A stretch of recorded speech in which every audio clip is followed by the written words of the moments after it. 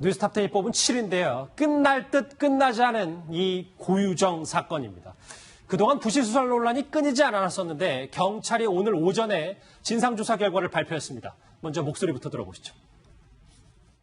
현장 점검 결과 신고 접수 후 초동조치 과정에서 최종 목격자, 장소에 대한 현장 확인 및 주변 수색 지연, 압수수색지, 졸피뎀 관련 자료를 발견하지 못한 사실 등을 확인하여 내린 결론입니다. 한편 피의자 검거 장면을 촬영한 영상이 적정한 절차를 거치지 않고 외부에 공개된 사실도 확인하였습니다.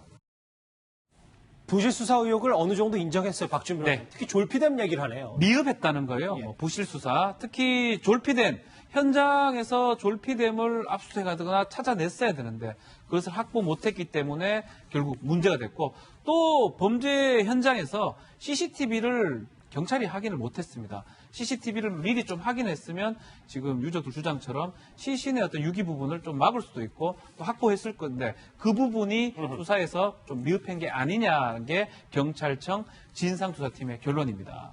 화면에도 저 이해가 좀 되실 텐데 졸피뎀 관련 화면이 나오고 있습니다. 자, 경찰이 인정한 게 하나 더 있습니다. 고유정의 거짓말에 휘둘려서 초동대처가 참 늦었다는 건데요. 그 사이에 여러분도 잘 아시는 것처럼 고유정이 시신을 훼손하고 유기했기 때문에 이 문제가 더 커 보이는 것 같습니다. 경찰의 발표 이어서 하나 더 들어보시겠습니다.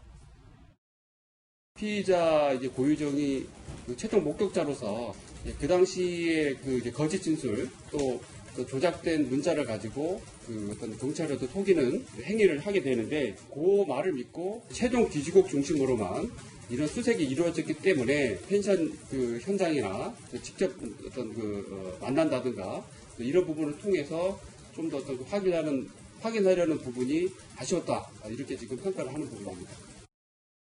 박주민 변호사, 물론 네. 시인을 했는데 원래 경찰이 이렇게 최종 목격자 진술을 이렇게 신뢰를 잘하는 편입니까? 글쎄요, 다 그렇진 않은데, 이번 사건에 한해서는 정말 고유정의 말을 전적으로 믿었던 것 같습니다. 여러 가지 고유정의 어떤 거짓말에 대해서도 믿었고요. 또 수차례 통화를 하면서 남편이 가출한 것처럼 자신한테 성폭행을 시도했다가 이런 부분을 전적으로 믿으면서 결국은 고유정하고 대면하지도 않고 펜션도 제대로 확인하지 않고. 맞아요. 이러다 보니까 결국 이 상황까지 온 거거든요. 이 지금 알리바이 조작한 이 문자 메시지, 이거 자체를 아마 좀 전적으로 믿고 또 전화 통화를 하면서 고유정의 어떤 태어난 모습에 대해서 경찰이 많이 믿다 보니까 수사의 시작 자체가 잘못된 것으로 좀. 그러니까 그 사이에 시신을 훼손하고 유기했고, 물론 다 가정입니다만 초동대처만 잘했어도 시신 정도는 찾을 수 있지 않았을까라는 말들이 참 많아요. 근데 김태현 변호사님, 네. 오늘 경찰이 시인한 것 중에 하나가 영상 유출 부분, 고유정의 체포 당시의 영상 유출 부분인데 지금 보면 3번이나 유출했고 다 제 책임이라고 하고 있다는 거잖아요. 근데 어쨌든 내부적으로 좀 책임을 지게 될 것 같아요. 왜냐하면 일단 경찰로도 조사를 했는데 저기 보시면 화면 보시면 적정한 절차를 거치지 않고 외부에 공개된 사실 이렇게 얘기를 했거든요. 그러니까 경찰청 내부에 저런 이제 영상 피의자의 어떤 얼굴과 이런 것들을 공개하는 어떤 절차에 대한 그것들이 있는데 그 절차를 지키지 않았다고 이제 판단을 했기 때문에 내부적으로 아마 징계의 대상이 될 것으로 보입니다. 자, 경찰이 이렇게 부실수사 논란에 대해 의혹에 대해서 스스로 조금 고개를 숙이면서 인정을 하자 유족들도 이런 얘기를 밝혔습니다. 한번 같이 보실까요? 예, 한번 같이 보시겠습니다. 예.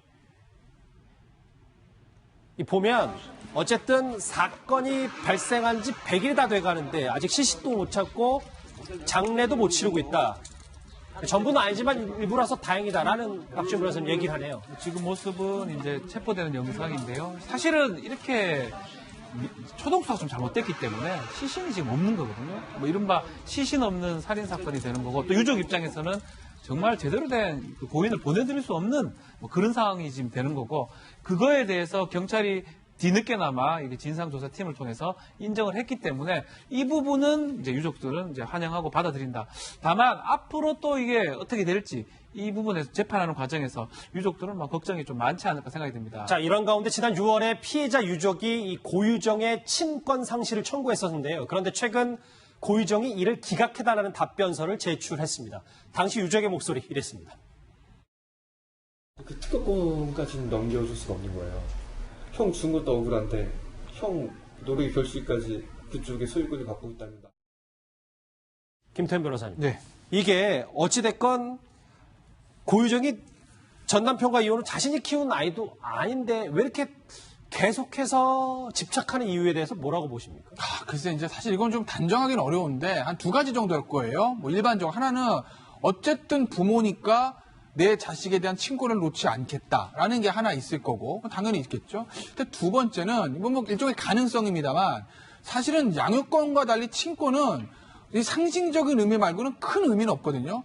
근데 굳이 법적인 의미를 찾자면 뭐가 있냐면, 아이의 재산을 대신 관리할 수 있는 권한이 있습니다. 그러면 아까 이제 그 피해자 유족의 동생이 이제 특고권 얘기를 합니다. 그럼 뭐냐면 그 피해자인 아이 아버지가 가지고 있던 특고권 얘기하는 것 같아요. 그럼 그게 이제 상속이 되지 않겠습니까? 예. 그럼 상속은 이 아이가 받습니다.